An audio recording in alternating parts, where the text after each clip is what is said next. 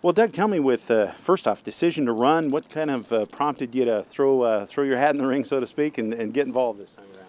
Well, actually, I'm born and raised in the Valley. I've raised my children in the Valley, and I'll be turned 60 years old on the 4th of June, and I decided that it was time to give back to the community. I wasn't necessarily happy with the way things are going. I mentioned to you earlier, I'm not a politician. I'm a concerned citizen. And we just need to bring a little common sense. What I am is what you see is what I am. I mean, in all reality, I have good common sense. I'm very honest. I have a good work ethic, and I think we could use that. I think a common sense vote in the county would save the taxpayers a lot of money. When you look at it, what's maybe the one thing that you'd like to accomplish most if you're elected? Is there anything sort of rises to the top of the list? Probably the number one thing, actually, and this might be a little different than some, but I would like to see us get along with everybody. I would like to see us get along with ourselves, first of all. And I've got friends up and down this whole valley. I've been here my whole life, and I have no idea what political preference they are. I'm definitely a Republican, I'm not saying that.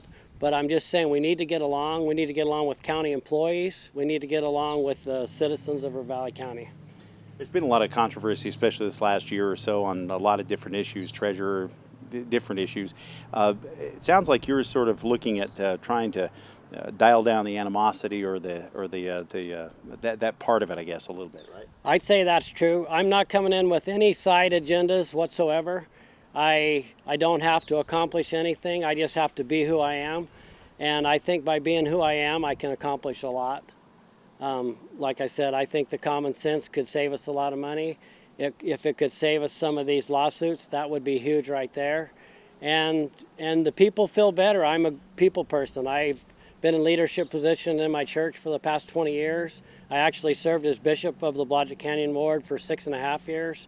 And so, you know, I do understand people's problems and what life is like, and it's not easy for everybody. And I also realize that there's always two sides to the story. So that's basically it. Any one idea that maybe you have right at the top of the list, say, boy, you know, if I'm elected, here's something I'd really like to try?